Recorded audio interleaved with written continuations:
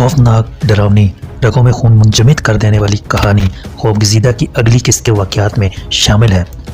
खाला फरजाना के सामने खामोश वापसी, मोहसिन राव की खबर और मंसूबे की कामयाबी, जिन ये हकीकत, शक और सवाल की फिजा, दरवाजे पर घंटी और ड्रामाई एंट्री। अगली किस्त में आप मुलाहिजा करेंगे कि कैसे तानिया घर लौट आती है मगर सच छुपाने के लिए खामोशी और होशियारी से काम लेती है। अंकल आमिर के फ़ोन से तस्दीक हो जाती है कि मोहसिन राव बखैरियत वापस पहुंच चुका है। खाला फरजाना तानिया की पुरस्कार गुमशुदगी पर शकूक का इजहार करती हैं मगर सच नाकाबिल यकीन है। दीवार पर लाकर तानिया की बाकायदा वापसी, दुर्दाना की आंखों में खुशी और खौफ एक साथ।